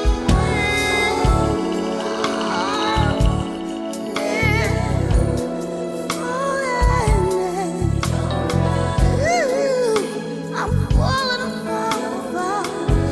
I'm falling, I'm falling, I'm falling, falling, falling, falling. Woo! You know, I let that whole thing play. I can't give a minute and 30 seconds of that. Then you're singing along like he let the whole thing play. Look at Jesus. Okay, you gotta let that whole puppy play. You gotta get to the bridge. You know, a song with a bridge for a change. You know what I'm saying? Baby, songwriting class 102. Okay, Put a bridge on there, okay? give the people a little change. I mean, it is something about when you really sit down and listen to some of the time-honored artists and how they put time into what they wrote. And when you hear a bridge, you know, when you think about a Phyllis Hyman, when you think about Anita Baker, they had bridges. You know, when you think about I Will Always Love You, which was written by Dolly Parton, you know, you hear that bridge that became very popular that Kirk Whalum actually played that saxophone on, you know. And then she comes back, I hope life treats you kind. But first you got to get past that beautiful bridge. Right, because, Kirk be playing his behind amazing. Come on, you see what I'm saying? It's something about a bridge, even when it's instrumental, that gives you that moment to breathe, or it takes you somewhere else. Because, you know, if that bridge wasn't there, that song would be a different song. You know, it's a different song. So kudos to Dolly Parton for the writing and David Foster for the way that he produced the version for Whitney Houston. You know, so yeah, go ahead. Yeah. Go ahead. Your right now, the two songs that, you know, I love a love song anyway. I love a slow song. I was a little kid just playing slow songs, and people was like, what's wrong? Is he depressed? No, that's when the people do their best singing. It's from the heart when you do a slow song. You know what I'm saying? Like, it's this guy with Darnell Alexander. His new song, Amazing. Oh, yeah. Oh my God. I love it. That boy is singing his behind off. His behind off. His whole behind. Okay. So this song and Darnell Alexander, Amazing. I'm having, you know, I got my little radio show on Urban Influencer Radio. Ain't no little show, but yes, I do know you have your show on Urban Influence. Yes, I do. So I keep them songs on there. Thank you. Okay. And thank you. And thank you. Oh, my pleasure. I'm saying thank you for him too. Well, you know, he hits me up every day. Troy, thank you. Because I'm like, it's amazing. Maybe somehow we'll all end up on a tour together. Okay. And I want to be on tour with, I want to get his name right, but I know I'm going to mess it up. Everyone says he sounds like Marvin Gaye, but I hear what he definitely sounds like. October London? Yes. Yeah. Yes. And the thing about it, his other album, the album came out before that. He didn't sound like Marvin Gaye. He intentionally made that album to make it sound like Marvin Gaye because his regular voice doesn't really sound that much like Marvin Gaye. Doesn't sound as much like Marvin. Yeah. I think maybe the style of the songs required him to sing differently. Mm-hmm. You know, because sometimes the style of a song, if we're not, you know, if we really pay attention, the style of a song will kind of, I think someone said, let's go this direction. Mm-hmm. And so it kind of pulled him in a different area vocally that he wouldn't, you know, normally be in, but it's a comfortable place for him. Yeah. You know, I think they intentionally wanted to do like a tribute to Marvin Gaye without redoing his songs. Oh, nice. That's nice then. You know, that's October. Come on, October London. Yeah. Right. That's I like that. That's what. But I love it. And I like his album prior to this as well. Yeah. Because I think the more people get to know him, they will see the whole of who he is, you know, because when you think about it, back in the day, Motown had people heard it through the grapevine, and how many people recorded it? Okay, and they how always many different versions, right? Gladys doing it, Marvin doing it, you know. Yes, everybody sang, heard it through the grapevine because it was a hit. Right. And to top it off, it wasn't like they waited like a bunch of years in between it. It was like in the same year they released. They did not care. I was laughing the other day because I heard Aretha Franklin did Brand New Me. I think Dionne Warwick did Brand New Me and Jerry Butler did Brand New Me. I said, how many of y'all recorded the damn song that year? You know, did y'all do, you know? So when you look at some of the songs that people record, it may hit harder with somebody else. And they were just trying to make sure the songs hit. I don't know necessarily if they were worried about the artist back then. It's like, hey, sing this song. Right. You know, sing this song, and because of it, the song itself ended up getting way more pub than maybe even sometimes the artist. When you look like how many versions of Ain't No Mountain High Enough was it? Right.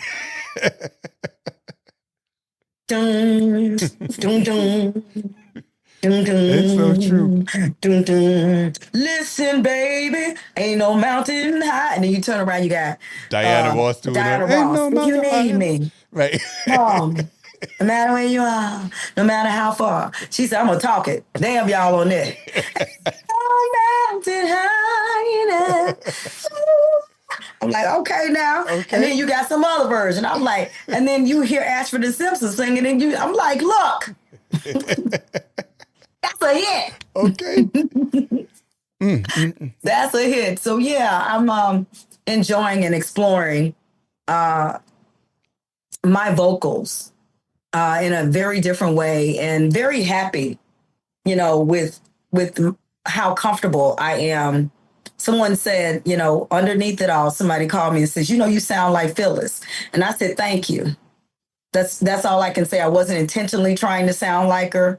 As a matter of fact, I recorded these songs in a very happy place of love and unapologetically me as an artist, back like I was in 2005 with My Naked Soul. So I'm in a good place. And if I remind anybody of any artists, I'm going to politely say, thank you. Okay. Because there were some great artists to be reminding somebody of. I know that is right. Hey, this is Corey Day, and you're listening to Troy Saunders on the Bass Podcast. Like I said, this album is just incredible from beginning to end, you know. And then you got something like Wetter is Better Now. Okay. That's my song, too. Wetter. And you know who I was thinking about? The Emotions. If you listen to the backgrounds on that, I love singing backgrounds. So all of my project, I'm singing backgrounds, except the last project, I added Aretha Franklin's background singers on Revival of Soul because I wanted that feel on that. But this particular project, I was like, you know, I love the Emotions and I love what Earth, Wind, and Fire did with them, you know, as far as when you hear, you know, some of them, Boogie Wonderland, let's dance. And it's just pretty, you know, when you hear the emotions and don't ask my neighbor, come to me, you know. So I'm like, let me think, wetter. Yeah. Rain smells like rain. Yes. I want to have that kind of fun because I can. Okay. Because I can vocally. So thank you. Yes. I want to do that.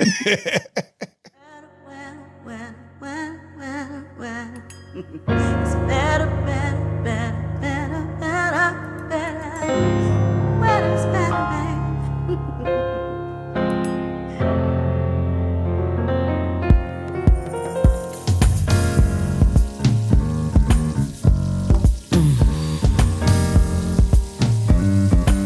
I can smell the rain coming.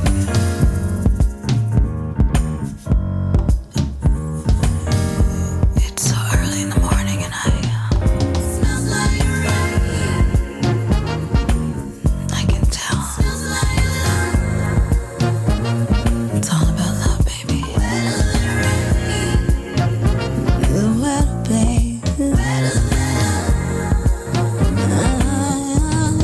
Drenched in rain. I'm drenched in rain, babe. Drenched in love. Feels like rain. Ooh, babe. Feels like love. Ooh, scent of our morning breeze triggers something while I sleep. Flowing through my mind, there's a calm before the storm subsides. I can't help myself. Anticipation is everywhere. Will you touch me, please? I need you to calm this storm here. Oh, it feels like rain. Oh, I can smell the rain. Wetter than rain. Oh, don't it feel like? Drenched in rain. 'Cause I'm drenched, babe. Drenched in love. Will you come over here?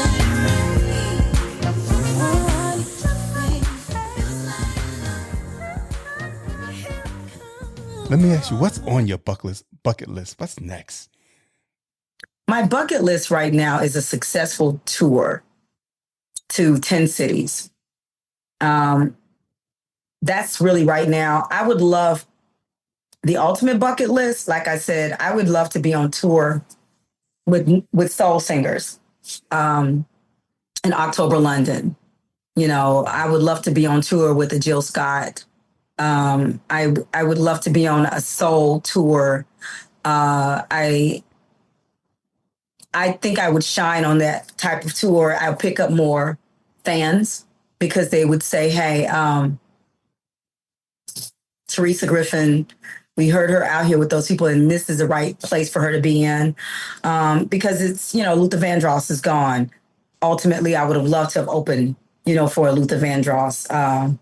That's where I saw Angie Stone open for him,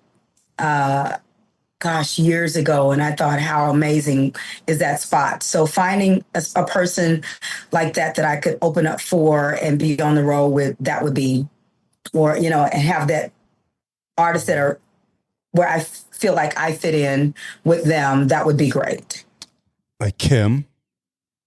Gosh, yes. That would be a great one. That would be a magnificent spot. Magnificent spot. Oh my God, that would make my heart so happy. Yes. I see that. I see that collaboration. Rashawn Patterson. Yes, I love it. Yeah. All right, let's put that in the universe. Universe is calling you. Calling you, Lord.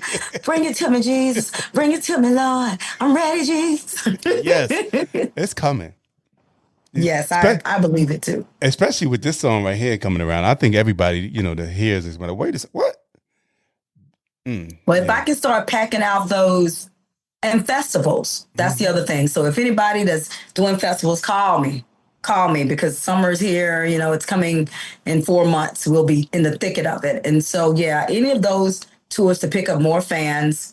I love touring, and I love being on the road with my band because I love to perform. My ultimate would be to be able to tour until I pass out like the OJs or Frankie Beverly. Right. I think that's the best way to go out. If you're going to take me a few weeks or a month after I get through, after I say, serving well done. Okay. Because that's the ultimate life for an entertainer, to be able to perform because people want you there, not because you don't have a choice, but because people really want to see you. Yeah. I'm thinking about this tour, this Gladys, Patty, Shaka, and Stephanie Mills tour. Oh, Lord. Okay. Oh, Lord. Lord Jesus, I'm going to be in somebody's seat somewhere. Okay. I'm going to buy me a ticket or two. I'm thinking about me and my girls, they can put me on. Let me just come sing When You're Around Me before all of them come on. Right. Just let me open that one up. Baby. Oh, Lord. Okay. Well, Terisa, I'm going to tell you, this was such a great conversation, so full of energy. I could talk to you all day. We could sit up here and for like 3 hours. I'm having a ball. So I told you I've been waiting for this. So Troy, I so appreciate you. I know you didn't have to do it, but you did. And the only thing I could ask people to do is please go on my social media, join me, get those numbers up, go on YouTube, take a look at the video that we put a lot of money in. I did it in 5-degree weather. We're at 350,000 views, somewhere around 355,000 views right now. Yeah. Take a look at what I put together for you. I have a multifaceted audience. My audience includes the children, LGBTQRZ. I'll never get the alphabets right. It includes all sorts of people. So I tried to incorporate everything into this video so that they can see that I'm a worldly woman. I'm a grown woman, and grown music is out there for grown people. So grown people, please support me, and I will not let you down. No, she won't. No, she won't. And that video, matter of fact, going over to her YouTube page and follow her there too. Please follow me on my YouTube and like I said, and follow me on my social media. I am on Instagram and I am on Facebook. I let Twitter go. You know why? Me too. And eventually, I'm going to ask people to just join me live on my website because this foolishness is getting on my nerves. Mm-hmm. Well, you know what new social media platform that I just joined was Fanbase. Fanbase, because it's owned by Isaac Hayes the third.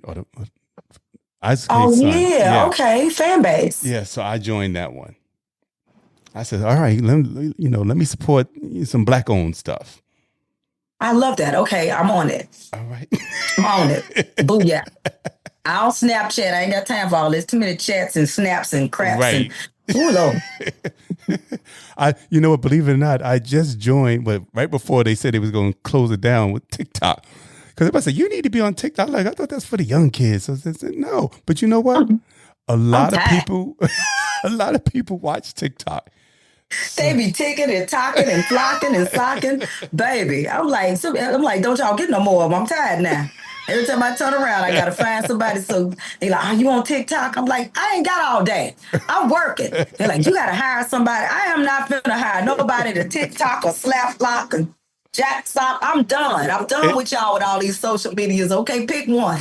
Go to my page. Look, go to my website. You can interact with me all day if you want to. Y'all wear me out. It definitely takes a lot of time. I'm like, damn, I'm still sitting here posting this. I'm just posting the same thing on different things. For the children. I'm like, y'all got attention deficit or something? Buy a ticket. Buy a ticket and come to the damn concert. I'm keeping y'all busy all damn day.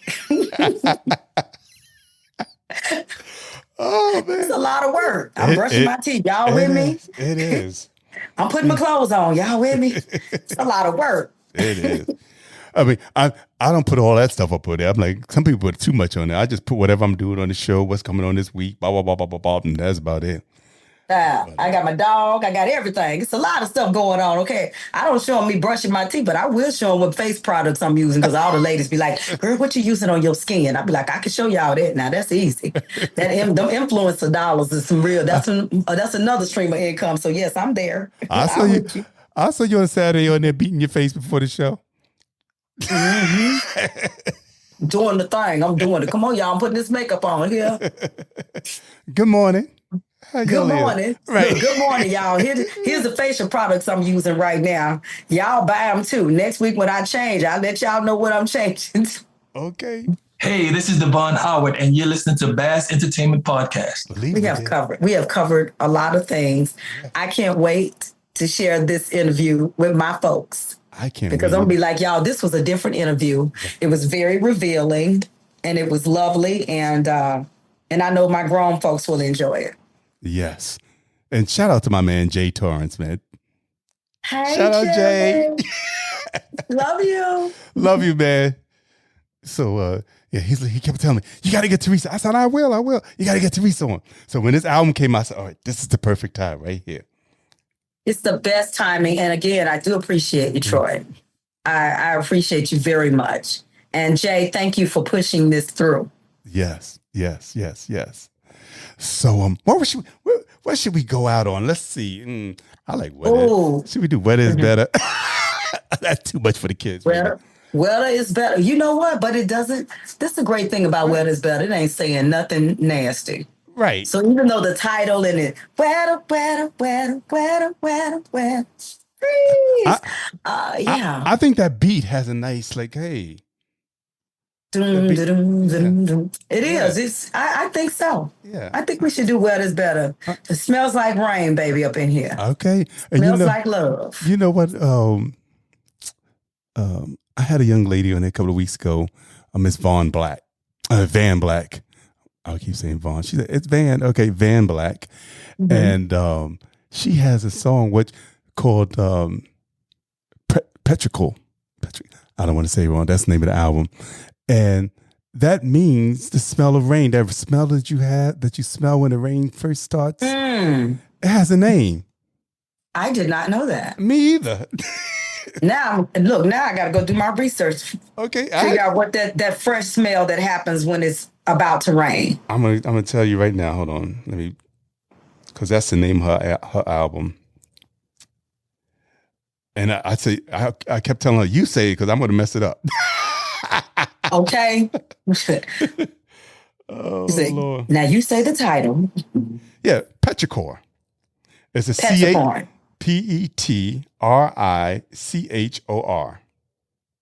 Petrichor. Mm-hmm. Petrichor. Mm-hmm. I'm going to look this up now. You know I'm going to go get my other phone and look it up soon. I was like, girl, you keep the folks guessing and keep educating them because I never knew it had a word. Never knew it was a word for that smell. Baby, that's some NASA stuff from me. That's scientific. Okay. So once again, y'all, this is off of More Than a Woman. we've been talking to the extraordinary, the funny, the beautiful, talented songwriter. I mean, she does it all, and she does it well. And Miss Terisa Griffin, yeah, hand claps, hand claps.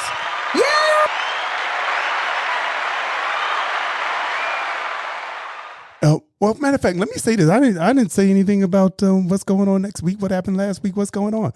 Anyway, on Bass Entertainment, I hope you was able to check out my conversation with Jay Darius last week. That was a good one. And next week, we have another legend in independent artistry. Miss Carol Riddick is going to be on here. Yes. Carol. Yes, more hand claps.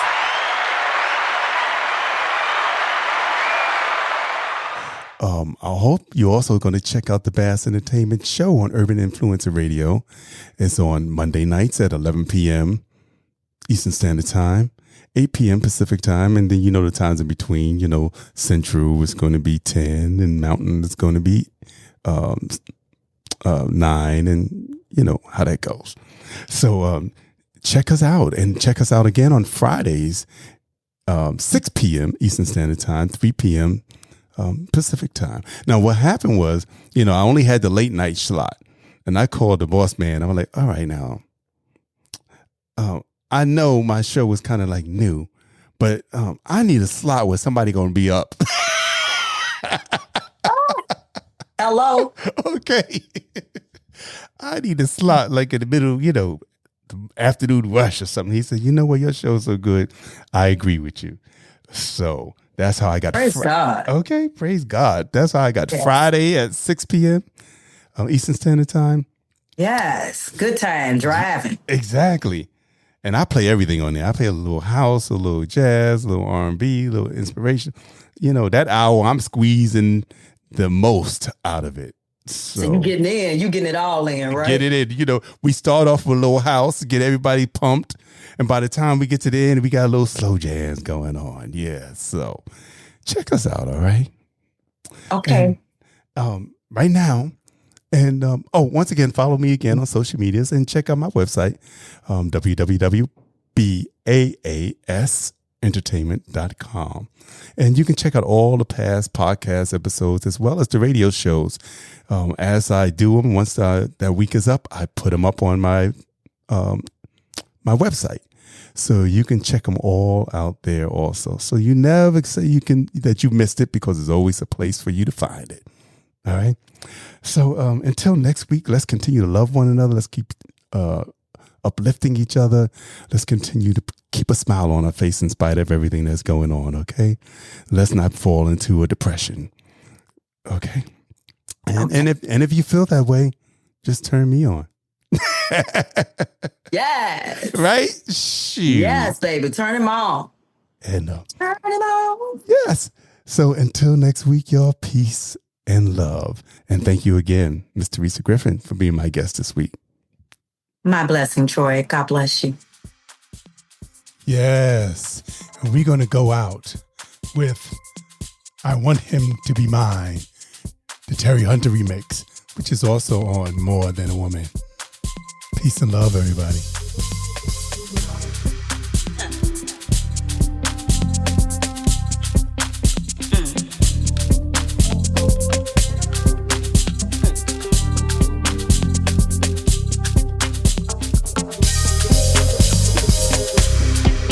See, I met my love at the beach, you see.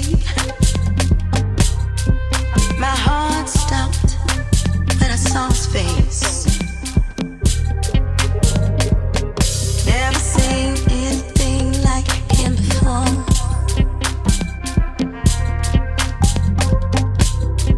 My heart stopped when it hit the floor. I want him to be mine. I want him to be mine. I want him to be mine. I want him to be mine. Took me to the movie late one night. Bought me popcorn and his touch was so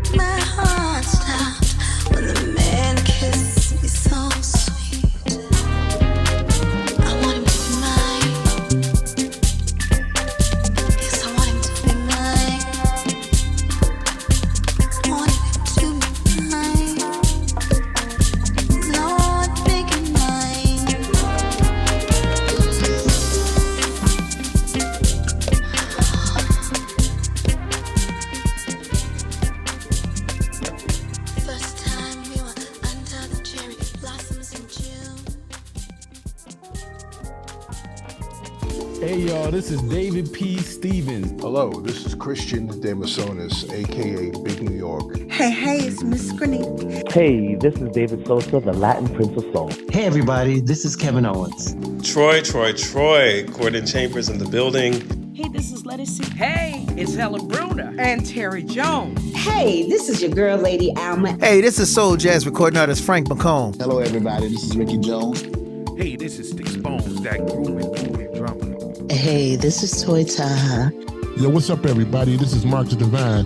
Hi, this is Mason. You're listening to my friend Troy on the Bass Entertainment Podcast.